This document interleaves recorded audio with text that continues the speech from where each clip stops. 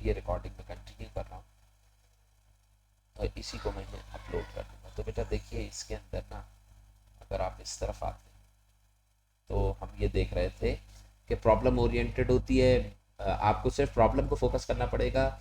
जो hardware high level language है उसके अंदर आपने मशीन स्ट्रक्चर को नहीं देखना पड़ता। ये नॉट काट दीजिएगा, ये मशीन डिपेंडेंट होती है, ये चीज़ें में रखिएगा। हाईली स्ट्रक्चर्ड है और तो वही सेम सेम चीज़ें आ गई हैं। तो चूंकि ये एस था तो एस के रिलेटिवली आंसर देने के लिए मैंने वो चीज़ें वहीं पर। Differentiate among assembler compiler and interpreter. अब असेंबलर कंपाइलर और इंटरप्रेटर को डिफ्रेंशिएट करना। तो देखिए ये सबसे पहली चीज़ जो सिमिलैरिटी है वो ये है कि सबके सब क्या हैं, ये ट्रांसलेटर हैं। इस्तेमाल क्यों हो रहे होते हैं?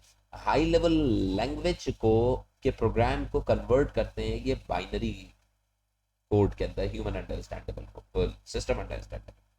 अब असेंबलर जो होता है और कंपाइलर और इंटरप्रेटर, इन तीनों में क्या फर्क होता है?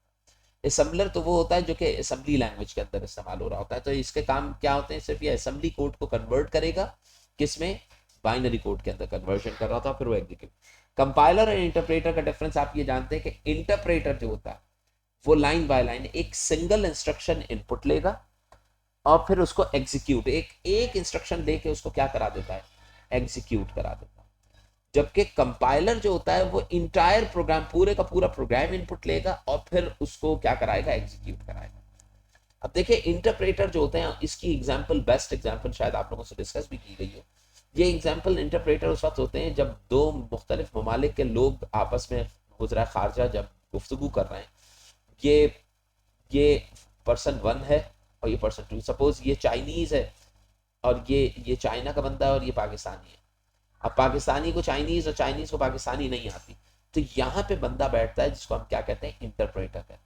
वो पहले चाइनीज से एक सेंटेंस लेगा, उसको कन्वर्ट करेगा उर्दू में और उर्दू में कन्वर्ट करके किसको बताएगा? पाकिस्तानी को। फिर पाकिस्तानी जब आंसर करेगा तो वो आंसर एक सेंटेंस ये लेगा और उसको कन्वर्ट करके, यानी कि रियल टाइम के ऊपर वर्किंग हो रही होती है, उसको हम कहते हैं इंटरप्रेटर। यानी कि step by step single instruction लेगा, उसको एग्जीक्यूट, फिर दूसरी इंस्ट्रक्शन, फिर एग्जीक्यूट, फिर तीसरी।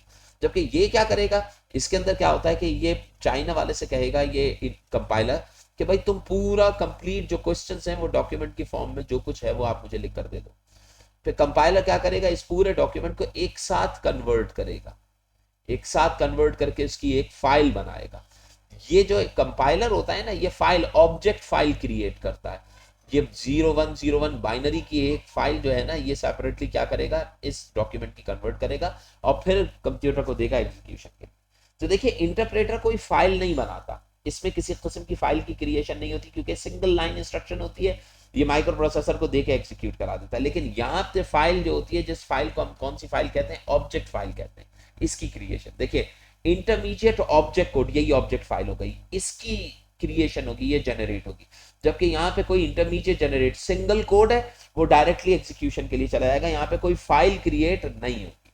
यहाँ पे अगर आप ये कहें कि भाई कोई एक सेपरेट फाइल क्रिएट हो रही हो या यहाँ पे एक फाइल बन रही हो, तो यहाँ पे किसी किस्म की कोई फाइल क्रिएट नहीं। जबकि यहाँ पे क्या होता है? उसकी ऑब्जेक्ट फाइल जिसकी एक्सटेंशन OBJ होती है, ऑब्जेक्ट।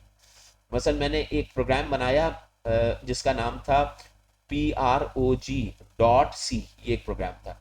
जब मैं कंपाइलर से इसको कंपाइल करूंगा तो इसकी फाइल बन जाएगी TROJ.OBJ, ऑब्जेक्ट फाइल बन जाएगी। अब तो ये आपके पास हो जाएगा, डिफरेंस देख लीजिए। कंडीशनल कंट्रोल स्टेटमेंट, अच्छा यहाँ पे क्या होता है कि चूंकि पूरे का पूरा प्रोग्राम एक साथ फाइल की फॉर्म में एग्जीक्यूशन के लिए पहुंचता है, लिहाजा जो कंट्रोल स्टेटमेंट या कंडीशनल कंट्रोल या रिपीटेटिव स्टेटमेंट्स होती हैं वो बहुत तेजी से, क्योंकि पूरी की पूरी बंच इसको मिला हुआ होता है कन्वर्जन के बाद। यहाँ पे क्या होता है? एक इंस्ट्रक्शन जाती है एग्जीक्यूट, फिर दूसरी, तो इस यहाँ पे क्या होता है? हर इंस्ट्रक्शन अलग अलग एग्जीक्यूट हो रही है, लिहाजा इसकी एग्जीक्यूशन क्या होगी? स्लो। आपको माइक्रो प्रोसेसर को इंतजार करना पड़ता है नेक्स्ट स्टेटमेंट को फेच करने के लिए, उठाने के लिए। लेकिन यहाँ पे क्या होता है? पूरे का पूरा ब्लॉक ऑफ स्टेटमेंट एक साथ ट्रांसलेट होके जब वो पहुंचता है तो वो क्विकली एग्जीक्यूट हो जाता है।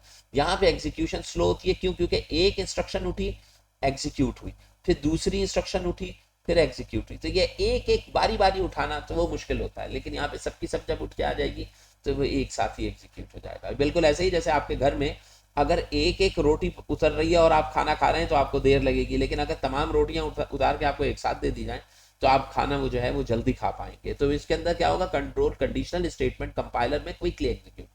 मेमोरी रिक्वायरमेंट, मोर मेमोरी रिक्वायर्ड, क्योंकि ऑब्जेक्ट फाइल क्रिएट हो रही होती है, लिहाजा आपके पास मेमोरी ज्यादा चाहिए होगी इसको एग्जीक्यूशन, ये इसका ड्रॉबैक है, ठीक है ना। तो ये इसका ड्रॉबैक कहलाएगा, इसका नुकसान है कि आपको मेमोरी ज्यादा, जबकि यहाँ पे मेमोरी लेस चाहिए होती है क्योंकि एक वक्त में एक सिंगल इंस्ट्रक्शन एग्जीक्यूट होती है, तो इसको तो थोड़ा सा एग्जीक्यूशन के लिए मेमोरी चाहिए होती है, लेकिन यहाँ पे मेमोरी ज्यादा चाहिए। अगला देखें, program need not to be compiled, यहाँ पे हर दफा कंपाइल करने की जरूरत नहीं होती, जबकि यहाँ पे high level is converted into low level program every time, यानी कि जब भी ये एग्जीक्यूट होगा, यहाँ पे चूंकि लाइन बाय लाइन एग्जीक्यूशन, एक लाइन उठी कन्वर्ट किया एग्जीक्यूट कर दिया, फिर दूसरी लाइन उठाई कन्वर्ट किया फिर एग्जीक्यूट कर दिया, तीसरी लाइन उठाई कन्वर्ट किया एग्जीक्यूट कर दिया। तो देखिए every time high level program जो है वो कन्वर्टेड इनटू लो लेवल, हर एक इंस्ट्रक्शन बार बार कन्वर्जन हो रही होती है। लेकिन इसमें क्या होती है, चूंकि तमाम इंस्ट्रक्शंस एक साथ फाइल की फॉर्म में मिल जाती हैं, ये कहलाती है सोर्स कोड। जो फाइल मिलती है उसको हम क्या कहते हैं, सोर्स कोड या सोर्स फाइल। जब इसका ऑब्जेक्ट कोड बनता है बाइनरी के अंदर 0101011011, ये फाइल जो बनती है ये ऑब्जेक्ट कोड। अब ये बताइए, ये ऑब्जेक्ट कोड के अंदर जो कोड फॉर्मेशन होगा वो सिर्फ वन टाइम होगा, एक दफा बनेगा, एक दफा पूरी की पूरी होल फाइल कन्वर्ट हो जाएगी। तो प्रोग्राम को बार बार कंपाइल करने की जरूरत नहीं होती, नॉट टू बी, लेकिन यहाँ पे हर इंस्ट्रक्शन को बार बार एग्जीक्यूट या कन्वर्ट करने की जरूरत पड़ती है। Error are displayed after entire, जब पूरे का पूरा प्रोग्राम एग्जीक्यूट कर जाएगा तब आपको पता लगेगा प्रोग्राम में एरर क्या है, ठीक है। मसलन आपने ये सोर्स कोड बना दिया, बना के प्रोग्रामर को दे दिया, जब जब आपका ट्रांसलेटर या कंपाइलर उसको कन्वर्ट करने लगा तब उसको ये पता लगा कि हाँ भाई लाइन नंबर 3 में गलती थी, लाइन नंबर 5 में गलती थी और लास्ट लाइन में गलती थी, 3 एरर्स इसने बता दिया। लेकिन यहां पर क्या होगा कि एवरी इंस्ट्रक्शंस के अंदर, यानी कि अगर यहाँ पे 10 लाइन है और तीसरी लाइन में एरर आ गया यहां पर, तो इसका मतलब क्या है, बाकी लाइनों को एग्जीक्यूट नहीं करेगा और यहीं पे रोक के आपसे कहेगा पहले इसको ठीक करो फिर नीचे जाऊंगा। बात समझ में आ रही। जबकि यहां पे पूरी लाइनों को एग्जीक्यूट करके तमाम एरर्स बता देगा कि 3 एरर्स आपके पास है कंपाइलर। जबकि इंटरप्रेटर जो फर्स्ट लाइन में एरर आएगा, जैसे थर्ड लाइन में एरर आ गया, थर्ड लाइन में एरर, तो आपको ये थर्ड लाइन का एरर बता देगा और बाकी नीचे की लाइन के एरर्स नहीं बताएगा, आपसे कहेगा पहले ऊपर की लाइन का एरर सही करो फिर मैं आगे के एरर्स बताऊंगा। तो यहां पे क्या होगा, एरर डिस्प्ले एवरी, हर एक जब इंस्ट्रक्शन एग्जीक्यूट करेगी तब वो एरर डिस्प्ले करेगा, लेकिन यहाँ पे इंटायर प्रोग्राम को चेक करेगा और तब एरर डिस्प्ले कर रहा होगा। तो ये भी एक डिफरेंस है। अच्छा, इसकी एग्जांपल सी का कंपाइलर है और इसकी एग्जांपल बेसिक लैंग्वेज जो होती है वो इंटरप्रेटर के ऊपर वर्क कर रही है, ठीक है। इसके बाद आपके पास आता है इसका डेवलपमेंट एनवायरनमेंट। तो डेवलपमेंट एनवायरनमेंट जो है वो कल हम क्लास के अंदर डिस्कस कर लेंगे, वो ज्यादा बेहतर होगा, तो इसको हम यहीं तक रखते हैं। चलिए बेटा।